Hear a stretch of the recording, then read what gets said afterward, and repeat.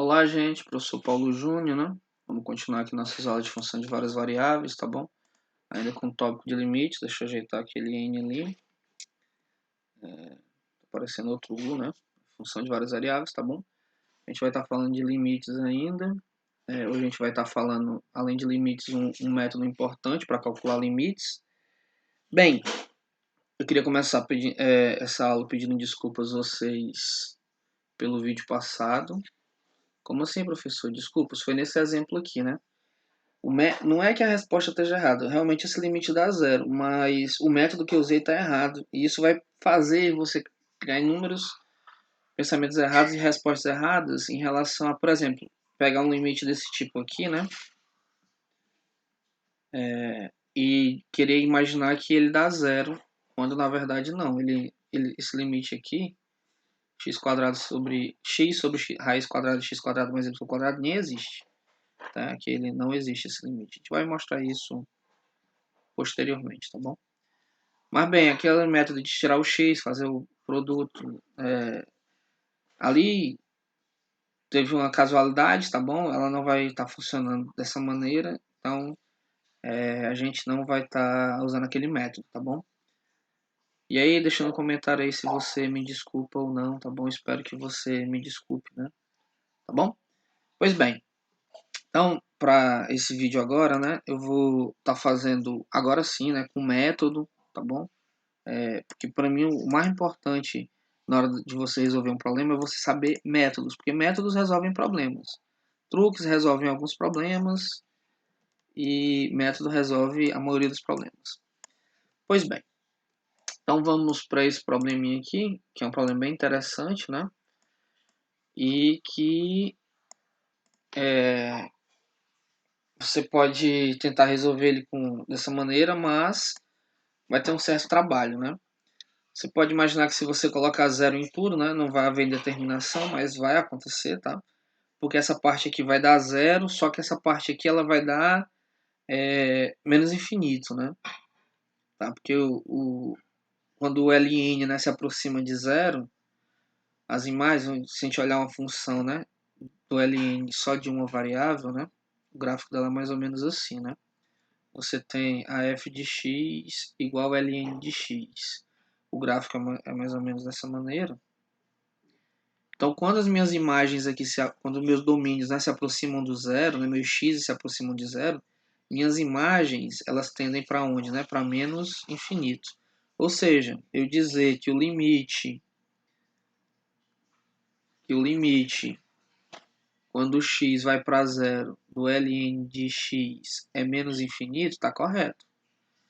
Mas aí no caso vai gerar indeterminação e a gente não tem como estar fazendo esse probleminha por causa disso. Bem, fazer pelo método de simplificação é muito extenso, é muito cansativo, não é fácil, é muito trabalhoso, acredita em mim. Tem um método de fazer isso aqui simplesmente com variáveis x e y. Mas o trabalho é muito grande. Então a gente vai para um método que ele consiste na ideia de substituição em coordenadas polares, tá bom? E aí eu sei que muitos alunos que vão estar assistindo esse vídeo têm a menor ideia do que é uma coordenada polar. Pois bem, então vamos para um curso intensivo, um mini curso intensivo de coordenadas polares. Na substituição por coordenadas polares, x passa a ser r cosseno de θ, y passa a ser r seno de θ. E r ao quadrado equivale a x² mais y ao quadrado. Tá? Ou você pode escrever, né, que r é a raiz quadrada de x² mais y². Mas não é isso que eu vou estar fazendo aqui. Vou deixar assim. Nesse caso aqui até me ajuda mais, porque ó, tem x² e y² lá no limite. Pois bem, então, primeiro, só para a gente ficar situado, né? Professor, o que a gente estaria fazendo com coordenadas polares? Quando você está no plano cartesiano, as suas coordenadas, elas têm aqui um valorzinho de x, né? Eu vou chamar de x1, y1. É assim que você determina qualquer ponto no plano cartesiano. É porque você tem na verdade, aqui, né, uma infinidade de retas paralelas ao eixo x. Da mesma maneira, uma infinidade de retas paralelas ao eixo y, fazendo aqui um emaranhado de possíveis localizações, né? Quando você está em coordenadas polares, você não vai fazer a sua localização no plano dessa maneira. O que a gente vai ter são infinidades de circunferências, tá? De circunferências aqui. Essas circunferências elas estão todas unidas. Eu estou desenhando elas distantes, mas elas estão todas unidas. Elas vão varrer todo o plano. Assim como essas retas, elas também estão todas unidas aqui. Eu falo unidas é que elas estão tão perto uma da outra quanto a gente queira, tá? Então, quando você tem um ponto no plano de coordenada polar, o que você determina, na verdade, é uma abertura angular aqui, que é única, né? E uma distância. Então, esse ponto ele fica bem determinado quando eu sei o ângulo de abertura em relação a esse eixo horizontal e a distância em relação à origem. É uma outra forma de estar determinando pontos no plano, né? A forma de fazer é diferente, mas as medidas se mantêm. Então, isometriazinha aí de uma coordenada para outra e a forma de substituição dessas mudança dessas coordenadas é essa aqui. Pois bem, então eu vou só recopiar o limite ali, né, para a gente sair agora aqui do curso intensivo, né, de coordenadas polares. Guardem a substituição, se eles vão usar inúmeras vezes para calcular alguns limites com função de várias variáveis, tá?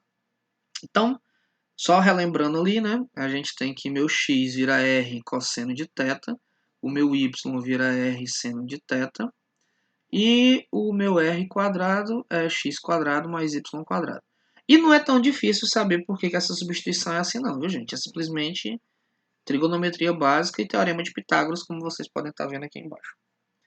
Ora, então, vamos só analisar primeiro o que acontece, né? Se o x for para zero e o y for para zero, vai ficar o quadrado de zero, que são zero, é a soma da zero. Então, r ao quadrado vai ser zero. Eu sei que aqui eu estou escrevendo R minúsculo, né? Mas eu vou tomar a liberdade de escrever meu R maiúsculo, que eu acho que ele fica até mais fácil de ser entendido. Tá? Tá escrevendo esse Rzinho aqui. Tá? Então, vamos lá. Então, esse limite, agora só em uma variável, no caso a variável R, né? Indo para zero, é o limite de, olha só, x quadrado mais y quadrado, isso é nada mais nada menos que R quadrado. E aqui o limite de x quadrado mais ln de x quadrado mais y quadrado, eu posso escrever como ln de r quadrado. Ainda não posso fazer a substituição, né? Porque vai ficar zero vezes menos infinito, ainda é uma determinação, a gente não tem mais ou menos a noção ainda de como vai estar fazendo isso. Mas eu posso estar começando a utilizar as propriedades de logaritmo. Então isso é limite, quando r vai para zero, de r quadrado vezes duas vezes o ln de r. Pois bem, o que não me impede, né, de estar reescrevendo da seguinte maneira. Limite de 2ln de r dividido por 1 sobre r ao quadrado. Ainda continua a equivalência, né? Isso quando r vai para zero. Professor, por que você escreveu assim? Não mudei nada, na verdade, só a forma de escrever. Divisão de duas frações, né? Repete a primeira é o que está em cima desse traço, que é 2ln de r, vezes o inverso da segunda. Se eu inverter 1 sobre r ao quadrado, r quadrado vai voltar para cá. Mas agora eu tenho uma indeterminação, né? Esse limite aqui em cima, ele daria menos infinito. E aqui embaixo, ele daria mais infinito, tá? Porque se eu for olhar as funções só de uma variável, né? Vamos olhar aqui rapidamente. Eu não vou, o 2 aqui, como é uma constante, não vou me preocupar com ele.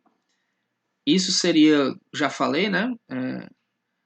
Já até desenhei ali antes o gráfico, né? Seria a função ln de r, né? E a função 1 sobre r quadrado, né? Em variável r, obviamente, ela seria assim, né? Estamos aqui e aqui. Então, note que quando eu me aproximo dos valores de zero aqui, né? as minhas imagens vão para menos infinito. E quando eu me aproximo aqui de zero, né, as minhas imagens vão para mais infinito. Tá? Então, quando eu me aproximo dos meus valores x de zero, as minhas imagens estão indo todas para mais infinito. Que coisa boa, né? Porque agora eu tenho uma indeterminação bem legal. E essa indeterminação me garante que eu posso estar fazendo uso de L'Hospital, né? Então, eu fazendo uso de L'Hospital, eu até comentei, né, no vídeo passado sobre o L'Hospital com duas variáveis, será se vale, será se não vale? Ainda não falei, nem afirmei que sim nem que não, mas com uma variável eu tenho certeza que vale. Então, isso é o limite, quando r vai para zero, o 2, né, continua, a derivada de ln de r é 1 sobre r, dividido por 1 sobre r quadrado, vou botar aqui no cantinho, 1 sobre r ao quadrado, né, que seria uma minha função f de r, né, que seria 1 sobre r quadrado, ela é a mesma coisa de r elevado a menos 2. Então, a derivada disso é menos 2r elevado a menos 3. Aí eu posso descer esse menos 3 aqui, né? Ou esse expoente menos 3, trocando o sinal. Então, isso é menos 2 vezes 1 sobre r elevado a 3. Troquei o sinal do 3, mas coloquei ele embaixo. Ora, vou poder cancelar esse 2 com menos 2, então aqui eu tenho o quê, né? Ajeitar minha igualdade que tá feia. Limite, quando r vai para zero, cancelando vai ficar menos, né? Cancelando os 2. Divisão de duas frações, 1 sobre r, vezes a inversa da segunda, que é r ao cubo sobre 1. Estou colocando só para a gente ver que ficou assim, tá bom? Ora, deixa eu só dar uma diminuída aqui e reescrever, para ganhar um espaço. Então, o que eu tenho? Né? Isso é limite, quando r tende a zero, de menos, vai cancelar um dos r's aqui com esse daqui de baixo, então vai ficar r ao quadrado. Acabaram-se as indeterminações, não tem mais indeterminação, tá? Então, o limite quando r vai para zero de menos r quadrado é zero. Eu não coloquei, mas eu vou acabar colocando agora. Eu tinha comentado antes. Eu disse que eu podia tirar esse 2 aqui, né? E colocar uma raiz do lado de cá, certo? Pois é. O que é que isso tem a ver, né? Porque isso me garante que o limite do meu r está tendendo a um valor estritamente positivo, tá? Então quer dizer que quando eu estou analisando isso, eu vou estar analisando somente pela direita, tá? Eu vou colocar agora porque eu desenhei os gráficos. Quer dizer que a análise para esse lado aqui do eixo x, no caso aqui não, o eixo r, né? Seria o valor de x, né? Mas é um eixo r, hipoteticamente. Não há necessidade de estar sendo feita, tá? Não há necessidade de estar sendo feita porque o meu R só está tendendo a zero pelo lado direito do eixo. Então, eu acabo concluindo que esse limite que antes eu não sabia fazer é simplesmente zero. Eu sei que muito aluno não gosta de encontrar zero como resposta, mas é melhor encontrar zero como resposta do que não encontrar a resposta. Tá? Então, mais uma vez, peço desculpa a vocês. Não esquece de deixar aí no comentário se você me desculpar, porque eu vou ficar muito feliz, tá? Pelo equívoco do vídeo passado. E posteriormente eu vou estar fazendo um vídeo mostrando que limites não existem, enunciar o teorema. Teorema não, enunciar o resultado e de limites não existirem. E fazendo alguns exemplos, eu vou fazer exatamente aquele exemplo comentado no início do vídeo, tá bom? Então, um abraço, até o próximo vídeo.